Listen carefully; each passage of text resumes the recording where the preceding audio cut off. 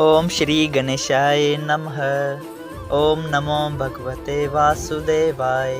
हरे कृष्णा कृष्ण कृष्णा हरे हरे, हरे राम राम राम हरे हरे।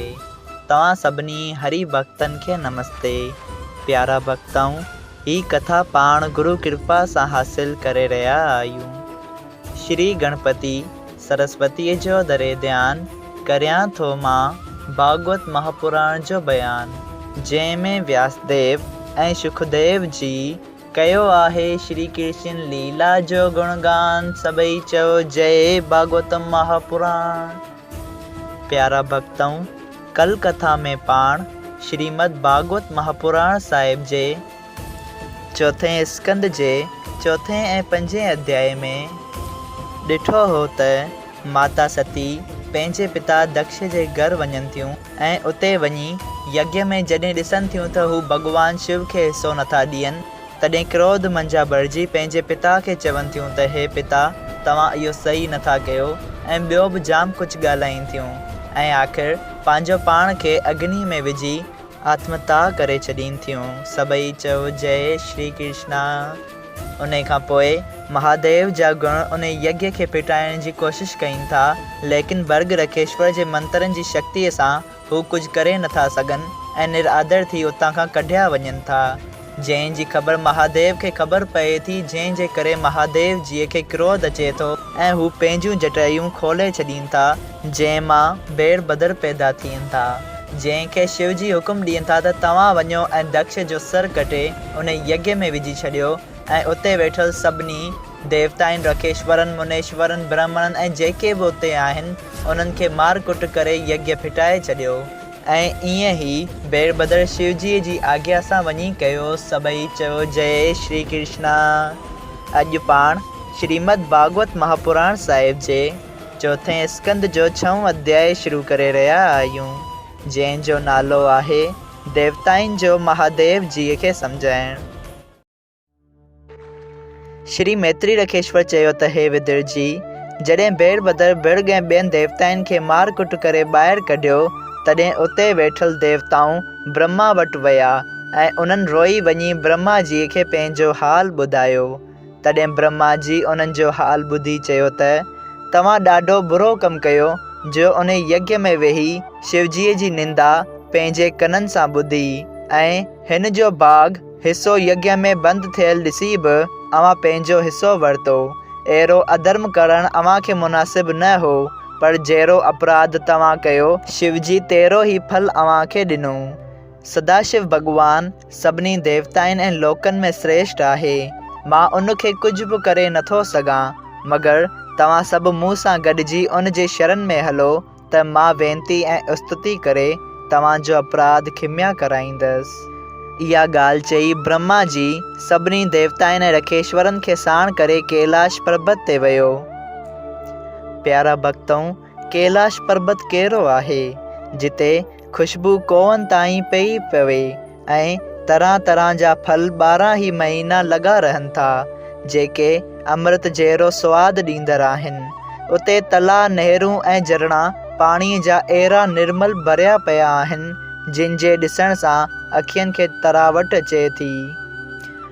ऐं उन्हनि तलाउनि जे किनारे ते महासुंदर पखी मिठियूं मिठियूं ॿोलियूं ॿोलींदड़, जीअं त तोतो, मैना, कोयल वग़ैरह उते पंहिंजूं लातियूं करे रहिया आहिनि। देव कन्याऊं ऐं गंधर्व उते अची जंहिं शइ जी इच्छा हूंदी अथनि सा शइ पाईंदा आहिनि ऐं उते जी सूंहं ॾिसी उन्हनि जो मन मोहित थी पवंदो आहे।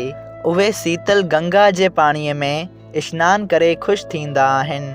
उन पहाड़ ते हिकु बर्ग जो वणु, जेको 84 कोवन में ऊचो ऐं 3 कोवन में वेकिरो आहे, तंहिंजे हेठां श्री सदाशिव भॻवान मृगशाला जे आसन ते विराजमान आहिनि। सभई चओ शिव शंकर भोलेनाथ भंडारी की जय हो।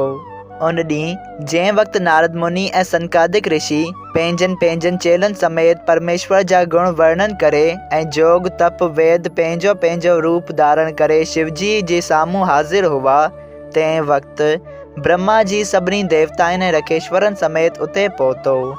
श्री महादेव जी ब्रह्मा जी के दंडवत करे वॾे आदर भाव सां पाण वटि विहारियो, पर हू श्री महादेव जी के नमस्कार करे संदसि साम्हूं वेठो। ॿिया देवताऊं जेके ब्रह्मा जी सां गॾु आया हुआ से सभु श्री महादेव जी के दंडवत करे चौगिर्द वेही रहिया। महादेव जे मन में त दक्ष प्रजापति ऐं सतीअ जो तन त्याग करण जो कुझु बि दुख न हो, छो त हिन उन्हनि ॻाल्हियुनि खे परमेश्वर जी इच्छा सम्झी विसारे छॾियो हो ऐं उन वक़्तु हरि जी कथाउनि में एतिरो त मगन हो जो हिन खे उन ॻाल्हि जो बिल्कुलु बि ख़्यालु न हो त ब्रह्मा जी को देवताउनि ऐं ब्राह्मणनि जे अपराध खिमिया कराइण वास्ते आयो आहे ऐं ॿेर-बदर रखेश्वरनि ऐं देवताउनि खे मार कुट कई आहे। सो ब्रह्मा जी संदसि स्तुति करे वेनती कई त हे नाथ, तव्हीं सभिनी देवताउनि जा मालिक आहियो ऐं तव्हांजो नालो महादेव बि उन ई करे आहे ऐं दक्ष प्रजापति तव्हांजी महिमा खे न ॼाणी अपमान कयो ऐं तहिड़ो ई फल पाताई। हिन जे निरादर करण करे तव्हांजी वॾाई कुझु घटिजी नथी सघे, तंहिं लाइ हाणे तव्हीं मुंहिंजी वेनती करण सां दीन दयाल थी दक्ष जो अपराध खिमिया करियो ऐं देवताऊं ऐं रखेश्वर ऐं ॿिया जेके उन सभा में हुआ तिन खे जो तव्हांजे पुटु बेर बदर घणा दुख ॾिना आहिनि, यानी कंहिंजो हथ, कंहिंजो पेर, कंहिंजी ॿांह, कंहिंजी टंग ऐं केतिरनि जूं अखियूं कढी छॾियूं अथसि। तंहिं खां सवाइ हू तव्हां खां घणो डिॼनि था, तंहिं करे उन्हनि खे बि धीरज ॾेई अहिड़ी आसीस करियो जंहिं करे उन्हनि जो घायल बदन चङो थिए ऐं अॻे जहिड़ो ॾिसण में अचे। दक्ष प्रजापति जेको मोह पियो आहे सो बि तव्हांजी कृपा सां जीअरो थी उथे ऐं उथी पंहिंजो यज्ञ पूरो करे ऐं सभई देवताऊं ऐं रखेश्वर बि उते अची पंहिंजो पंहिंजो हिसो पाइनि ऐं मां नारायण जीअ खे वेनती करे उते वठी ईंदसि। यज्ञ करण खां पोइ जेको शेष बचे सो तव्हांजो भाॻ थींदो। ही ॻाल्हि ब्रह्मा जी ॿुधी शिवजी चयो त मुंहिंजी कंहिं सां दुश्मनी कान्हे, मगर सतीअ जे प्राणनि ॾियण जो हाल ॿुधी मूंखे बज़ाहिर भला शक गुस्सो अची वियो हो, पर दक्ष प्रजापति पंहिंजी करणी खे पहुतो ऐं सतीअ जे नसीब में अहिड़ी तरह तन त्याग करणु लिखियलु हो सो थियो। जेका इच्छा परमेश्वर रथी सा चङी, हाणे बि जेका आज्ञा ॾियो सो मां करियां। सभई चओ जय श्री कृष्णा। श्रीमद् भागवत महापुराण साहिब चौथों स्कंद 6 अध्याय संपूर्ण थियो। अगर तव्हां सभिनी हरि भक्तन खे हिन कथा मां लाभ हासिल थियो हुजे त कृपया हिन कथा खे ॿियनि हरि भक्तन सां शेयर कजो त उन्हनि जो बि भलो थिए ऐं तव्हांजो बि भलो थिए। सभई चओ जय सिया राम। राधे राधे।